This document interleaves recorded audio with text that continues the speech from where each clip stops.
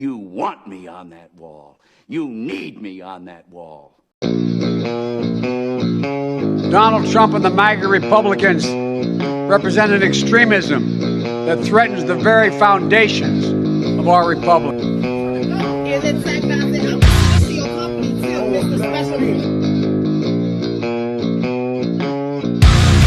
I just want what? No, not what that.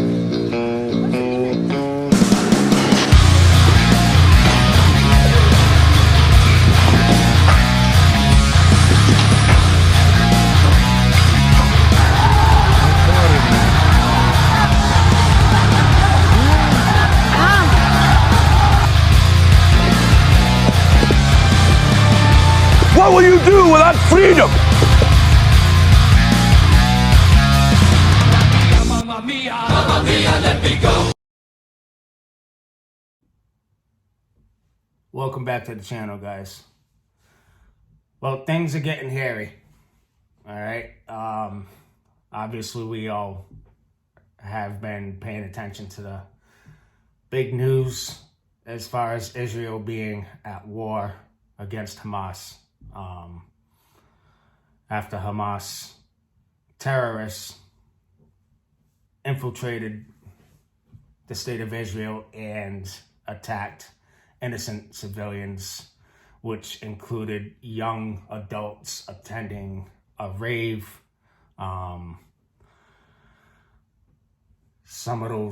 Most of those folks that were fleeing the scene of the rave were shot in the back as they were running away. A lot of people were kidnapped. Women, children, elderly were executed in their homes, out in the streets. People driving their vehicles down the road were shot at and murdered. Children were being beheaded. Okay.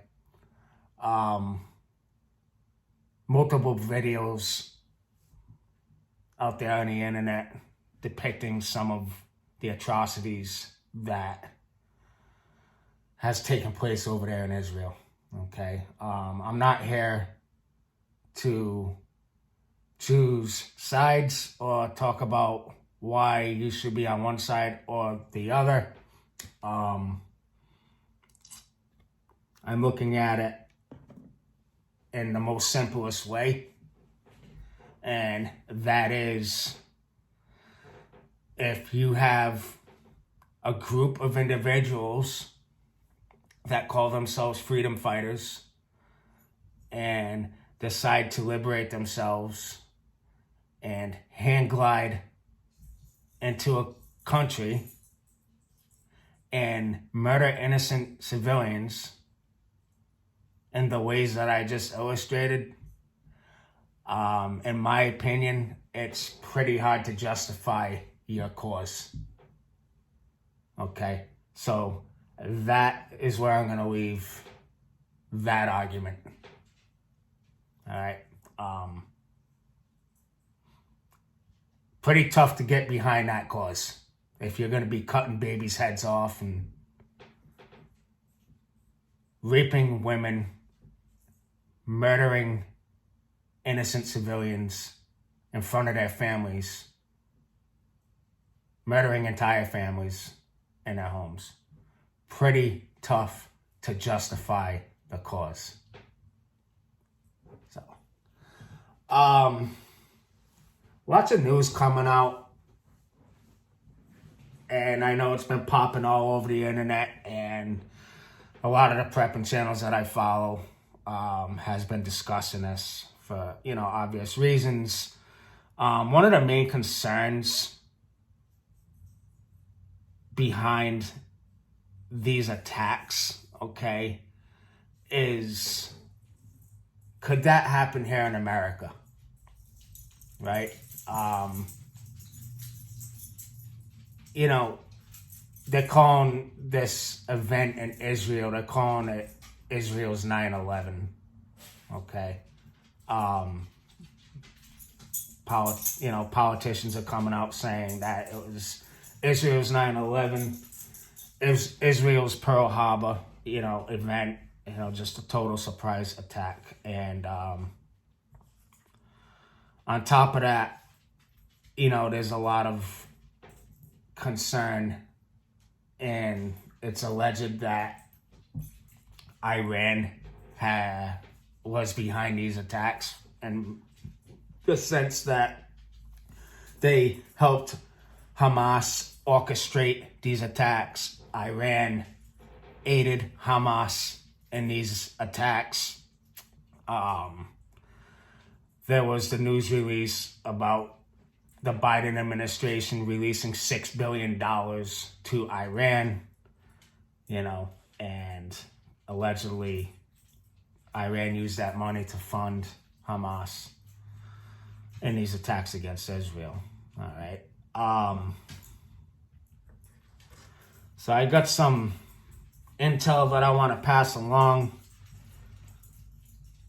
in regards to possible terror attacks coming to the U.S. Okay. I will put the link in my description box at the bottom of the video. That'll be a credit to the source here. All right. So let's just hop into that, and then I'll put in my 2 cents as far as what I think could possibly happen here in America, in particular, major city near you. All right. Here's what the author put out. Terror attacks inside USA coming. Cells allegedly activated. He says that intelligence sources with whom I worked with my years with the FBI Joint Terrorism Task Force have sent me flash traffic indicating terrorist cells which allegedly infiltrated the U.S. through the southern border over the past year have been given some sort of activation order from the Middle East. Okay. Before I move forward with that article, another terrorist group called Hezbollah has basically come out and said that if the U.S. does get involved in any way, shape, or form with aiding Israel, that they will activate terrorist cells here in the United States. Okay. So that's just something to chew on right there. All right. And Hezbollah has already participated in attacks on Israel through their northern border. Okay. Hamas came in through the southern border, through the Gaza Strip. Moving on. The intel source claims these cells have allegedly been ordered to commence terrorist attacks in large U.S. cities. I was not given any specific information about which cities or what types of attacks or when they may begin, but I have been told this is a credible threat information.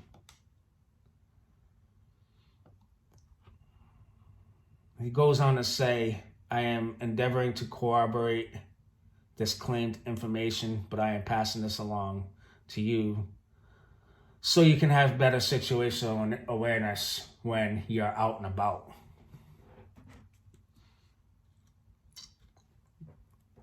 Goes on to say, be mentally prepared and make certain you have personal ability, equipment to defend yourself, your family, and your property from anyone who would try to do you criminal harm.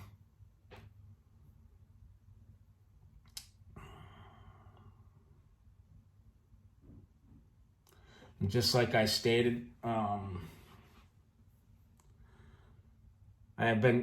I have just been told that Hamas has instructed their cells inside the United States to attack us from within over our support of Israel with weapons, ammunition, and naval strike force support. I said Hezbollah. I stand corrected according to this article. So yeah, again, Hamas has instructed their cells inside the U.S. to attack us from within if we support Israel with weapons, ammo, or any naval strike force support. Now, we do know that the carrier group led by the USS Gerald Ford is sitting 40 miles off the coastline in then international waters, okay, off the coast of Israel. So there's that. And moving on, and that's pretty much all he has. Again, I'll put this in my description box. So there's a couple of things that come to mind, all right, according to this piece here. You know, we remember the sat phones that got handed out to U.S. senators, okay, last summer, all right? We remember the train derailment. I'm sorry, not the derailment, but there were derailments. We remember the train traveling from Wyoming to California, all right, that had 30 tons of aluminum nitrate on board. And when they arrived to California, that 30 tons was gone, all right? The hopper was empty. That was a big story that popped, you know, and then the railroad company conducted an investigation and they concluded that the aluminum nitrate was dropped in small pellets over the course of the 800-mile trip, okay? And as a result, no criminal activity was suspected, all right? And in my opinion, I wasn't buying that story whatsoever. Okay, so that's something to keep in mind, you know. Just the other day, we had the EAS FEMA broadcast. Now, yes, I know, I get it. It's something it's a test that has to be conducted every few years, all right? But again, it's suspect, all right, with the timing of everything. Right? So it's just something that like is in the back of my mind. And here's the thing, guys.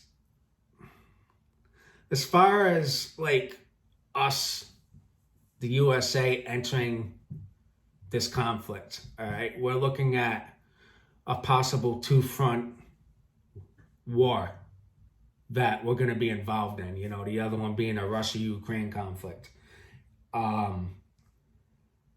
We have already spent billions of dollars on one war. We have already provided a lot of military aid and equipment for one war. Now we're looking at a possible two-front scenario, you know, and maybe even a three-front scenario, you know, because we still have the China-Taiwan thing that could pop off any day, right? And it's really looking like, if you look at the rest of the world and what's going on, the fact that the world is on fire right now, and World War III is pretty much down the pipeline. In my opinion, guys, and this might be the unpopular opinion, I don't think the U.S. has the capacity to fight World War III for a couple reasons. Number one, we don't have the manufacturing capacity like we did when this country entered World War II, all right? The manufacturing capacity of what we would need to fight a world war just doesn't exist anymore, all right? All of those jobs are gone. They're overseas now, all right?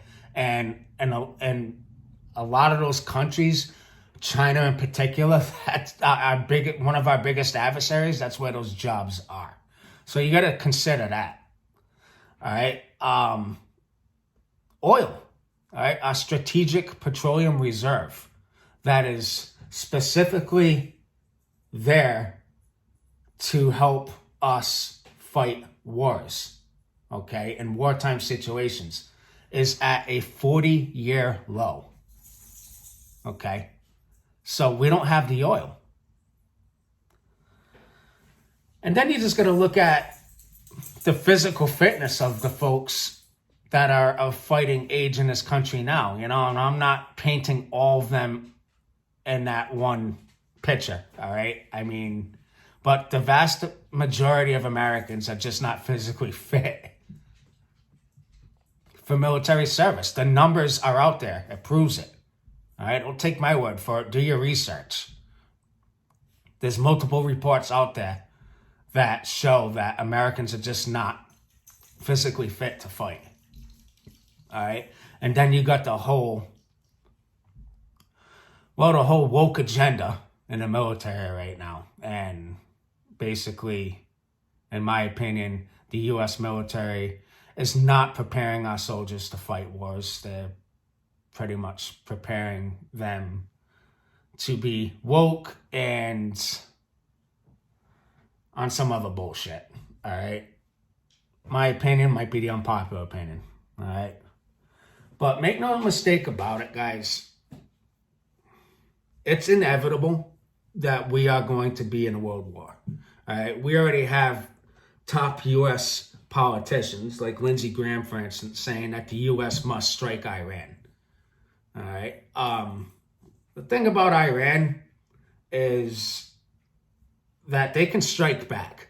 Okay. They have nuclear capabilities. All right.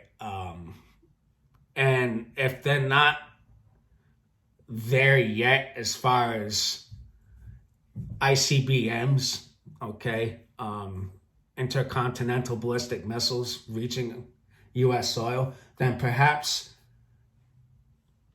they were given those missiles from their allies, China and Russia, that possess them already. Who knows? We don't know. I don't know. But I do know this. Iran definitely has the capability to strike back. Okay?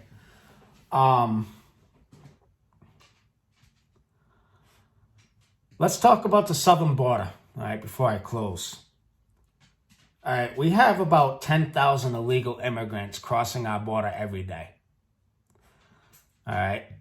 You have one side of the argument saying, well, they're asylum seekers. You know, they're here to flee their oppressive countries. All right? Here's my question to that argument. If they're asylum seekers, why is the vast majority of these illegal immigrants fighting age males? All right? If you're fleeing a country because you're oppressed, wouldn't you bring your family with you?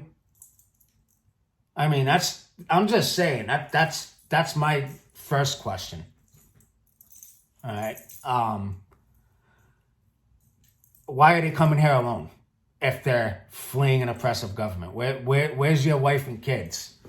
Why is the vast majority fighting age males? Why are they all going to major U.S. cities? And on top of that, well, not only are we letting these guys in, you know, we're giving them money. All right, they're giving these men are given $2,200 a month from the U.S. government, a free cell phone, and they're getting bused to major cities. All right, or they say that they're going to a major city. When they're accounted at the border, they are basically saying, yeah, we're going to Chicago, we're going to New York, we're going to LA, we're going to Las Vegas.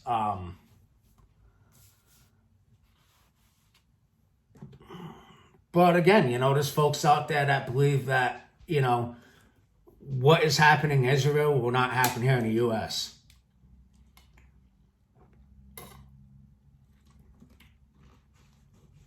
All right. Those people need to wake up, all right, because that could very well happen here, all right? When you see a pickup truck full of terrorists driving down a main street in their city, shooting up innocent civilians, or going house to house and murdering families and raping your wife in front of your kids, all right? You tell me, all right? It's very possible, all right? Israel has one of the most sophisticated surveillance governments in the world. And that's just because of what part of the world they're in. All right. And they were caught with their pants down. All right. Some folks may say, you know, there's arguments out there that say, oh, well, you know, Israel probably knew something. All right. And I'm not saying that they didn't. I don't know. It's anybody's guess. I do believe it was a little bit of both. An intelligence failure / you know, the government must have known something. All right. And the same can be said about our 9/11. All right. I lived through 9/11. I was an adult. And yeah, was it an intelligence failure? Yeah. Did we know about it? I'm pretty sure we did. Okay. I mean, let's just. It's not hard to figure out. All right. So my advice to you, my fellow preppers, is get prepared. All right.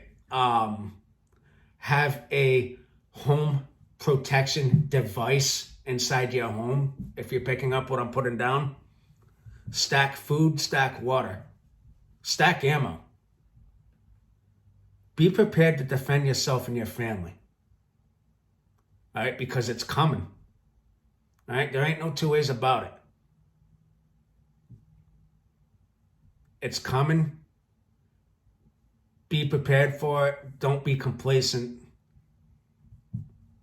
And don't be one of those naysayers that it can't happen here, because it can. And in my opinion, I believe that it will. All right, these next 12 to 18 months, you know, leading up to this presidential election in 2024, it's going to get hairy. All right, be prepared, folks. Thanks for watching.